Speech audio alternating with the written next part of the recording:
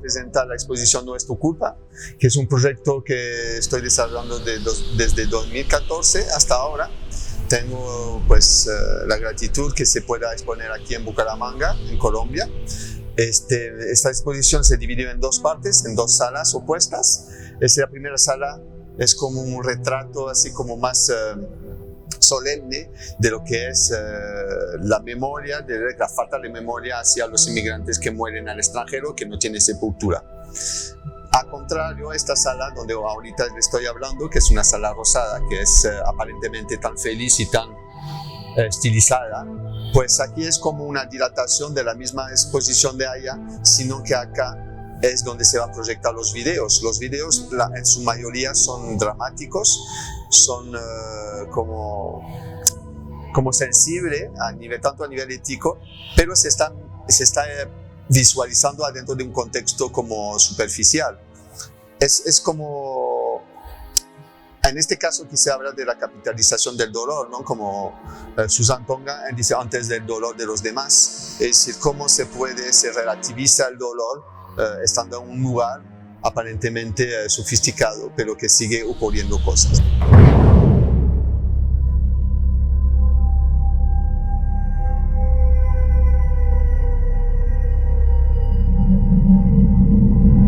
Es una sala como olor vacui, ¿no? Que está todo llena de cruces como a modo de cementerio, ¿no? Como una representación del mismo cementerio. Son cruces que van a poder ser como intervenida con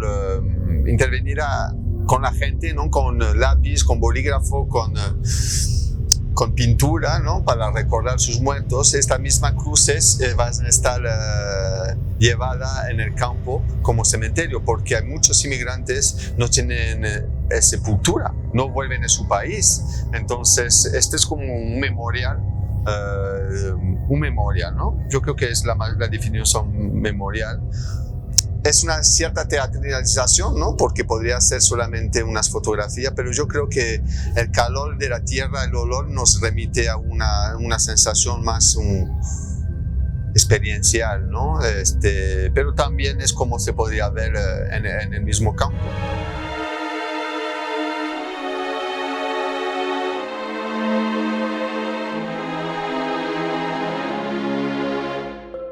Una apertura hacia otros horizontes, ¿no?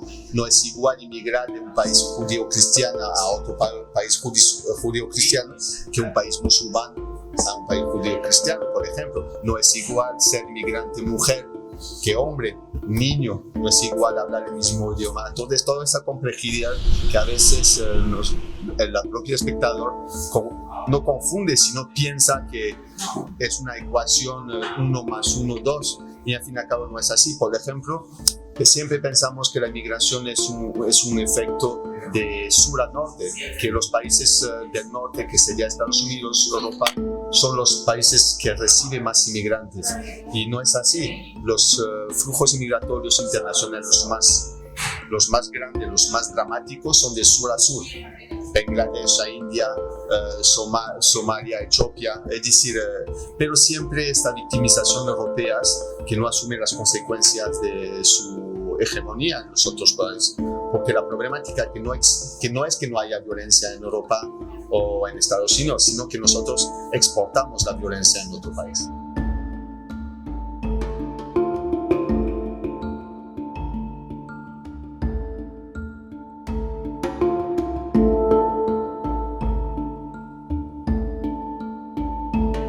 De inmigrante. Mi papá era un inmigrante español que se fue durante el franquismo a Francia, y pues por antonomasia pues yo esa es una cosa que yo he vivido. A su vez soy inmigrante también. ¿Dónde nació? Yo nací en Francia, pero emigré en España durante 10 años. Ahorita estoy en México. Y entonces todo ese baile al final nunca es de un lugar y a la vez es de todos los lugares. Esa es la primacia, ¿no? Es el fundamento porque trabajo sobre esa temática. Digo, no es tu culpa porque creo que la culpa es un sentido de un constructo de poder. Está manejado creo que por la política, en el sentido que todos siempre nos sentimos parte culpable de algo que no hacemos, pero sin embargo asumimos cosas que no nos conciernen, sino que son resultante de una política nefasta. El inmigrante, además de todo lo que le puede pasar, la sustracción tanto identitaria, tanto la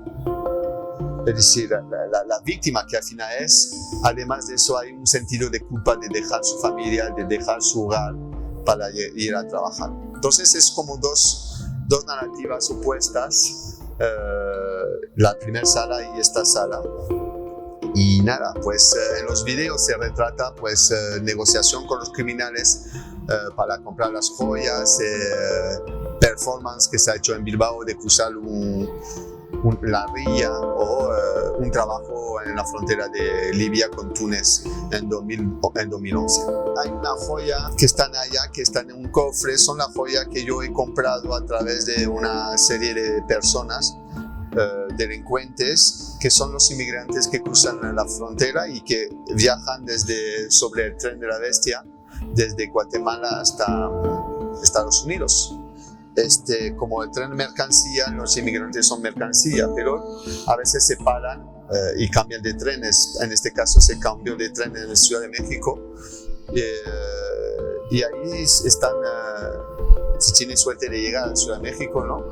Ahí muchas veces están como víctimas de atracos, de asaltos y por supuesto le roban todo lo que tiene, que son muy pocas, son cruces, recuerdos de su familia.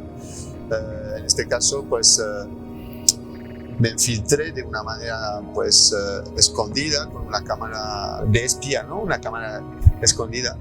Y entonces se pudo grabar las negociaciones que se hizo con los traficantes. En este caso, lo que se reúne en esta caja pues son los objetos rescatados, ¿no? Rescatados. Son un cofre memorial, un cementerio, como lo queremos llamar.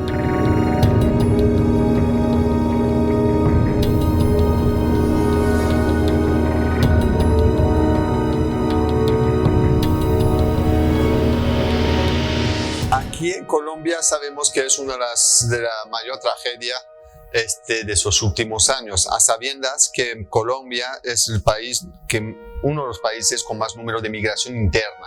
Pero sin embargo ahora con las crisis en Venezuela ha llegado más de 3 millones de venezolanos en Colombia, luego repartido en Ecuador y en otros países como Brasil, pero a sabiendas que mucha gente ha sentido una dificultad al llegar, aunque la mayoría de los habitantes colombianos la han recibido muy bien. Es decir, que aunque no se lea de esta manera, pero yo creo por conocidos y por haber vivido aquí en Colombia, que la gente es bastante generosa en cuanto a recibir los inmigrantes. Eso hay que decirlo y no hay que pensar que aquí los colombianos son países como podría ser a veces nosotros en Europa, ¿no? O en Estados Unidos, porque lo hace la gente, ¿no? Una cuestión es la política y una otra cosa son la gente.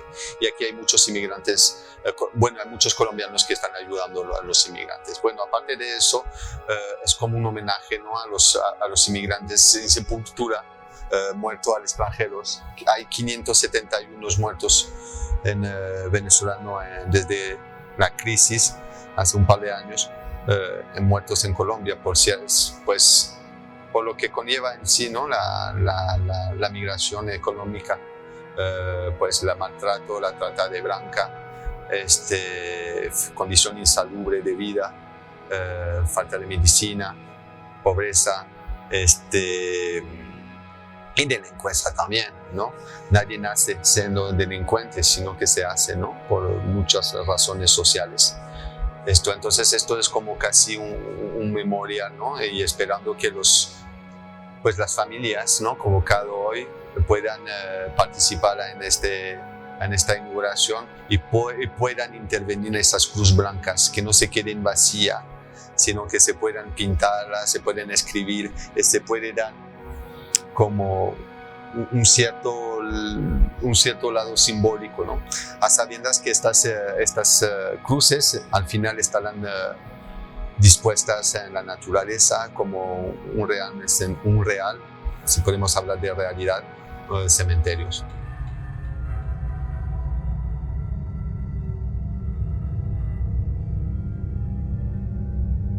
Quien quiere poder poner nombre, lo que sea, puede pintar lo que quieren. Aquí están los marcadores, entonces se puede intervenir cualquier tipo de cruces, ¿vale? Muchas gracias.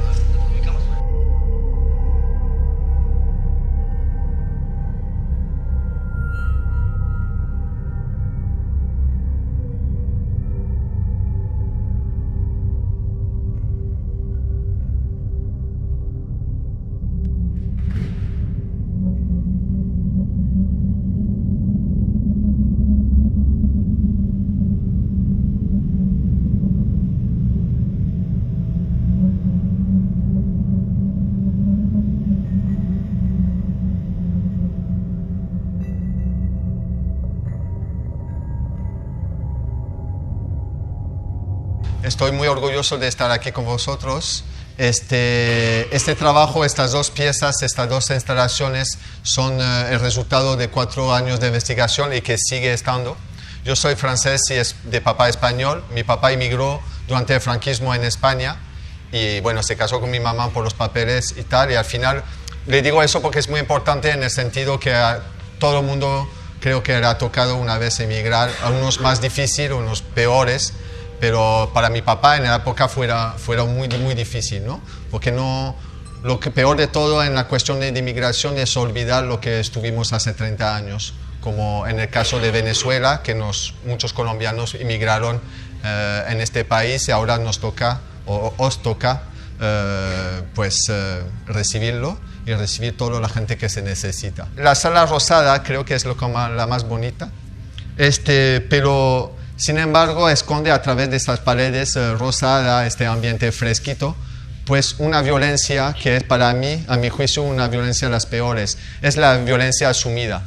Es las cosas que cuando ustedes o nosotros miramos en la televisión, en esta construcción de la hiperrealidad, de esa construcción que podemos pasar de una venta de leche, de repente de 6 muertos y luego de repente vemos el fútbol. Esta violencia que todo el mundo asumimos. Aquí estamos un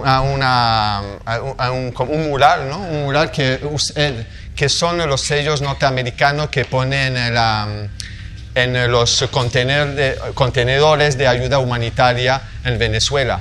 Es decir, es como una dialéctica o como un diálogo entre el retrato del señor Trump a Love You. Es decir, ¿por qué tanta generosidad? No hay generosidad en el sistema capitalista neoliberal, tampoco la extrema izquierda, tampoco. Pero lo que quiero decir es que son sellos de propaganda. ¿Por qué la exposición se llama No es tu culpa? Porque la culpa, cuando uno se muere, después de la esperanza de seguir viviendo, pero bueno, ya cuando los doctores dicen que ya se va a morir, pues viene en toda una estructura de culpa. Es lo que hizo muy bien la religión judío-cristiana, integrarnos esta culpa dentro de nosotros, pero más allá de esta condición intrínseca al ser humano, en los políticos, los inmigrantes cuando salimos, además de todo lo que puede pasar, nos sentimos culpables o se sienten culpables por no conseguir trabajo, por haber dejado la familia. La culpa es un sistema de poder, es un sistema de control. Además es un sistema de control desde que se generó la religión, después la política. Sabemos que los cónsules de la Roma anticas luego formaron los concilios cristianos y católicos. Es decir, porque no es tu culpa es un gran grito al viento a decir a todos aquellos que nos sentimos culpables de haber hecho esto, de haber hecho lo otro. Todo el rato que hacemos algo tenemos ese sentimiento que debemos algo a alguien. Pero ¿quién es este alguien? A veces es Dios, a veces es el dinero, a veces es Hacienda, pero tenemos esta gran culpa. Por eso que en resumen es esto. Y entonces pues aquí vemos otras obras, así para explicar un poquito. La mezquita se generó una mezquita con las mujeres musulmanas conversas al Islam en la Ciudad de México. También están los videos. Entonces, para entender cómo pensar el feminismo, cómo pensar esta frontera corpórea, ¿no? Cuando pensamos que el desnudo es la liberación. Y entonces esta investigación trataba justamente de entender por qué taparse también es una forma de cuidar este paisaje corporal, ¿no?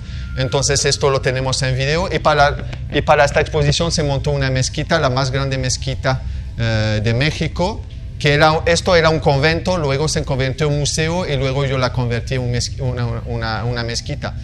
La arquitecta es musulmana, es una mujer y se llama Arwa Ali, y todas las que hicieron eso eran mujeres muy felices. Es decir, estos son realidades y construcción que tenemos hacia diferentes ramas. Por ejemplo, los migrantes, cuando estaba practicando con unos migrantes, compañeros venezolanos, yo les explicaba que es un inmigrante cuando no es judío cristiano, habla otro idioma y la mujer está tapada, ¿no? Entonces, creo que en general el arte lo que puede condicionar no son respuestas, usted luego vamos a tomar un whisky y todo va a ser fabuloso, sino que tal vez puede generar algunas preguntas que no todo es tan fácil y tan sencillo como lo puede plantear la televisión o los medios de comunicación, sino que creo que es una reflexión sobre, aquí estamos una sala rosada hiperviolenta, porque detrás, como le decía, de todas esas paredes y todo esos otros retratos que hay vidas, hay mucha vida, y seguramente que ustedes también tienen mucha historia que contar. Muchas gracias. De nada. Gracias.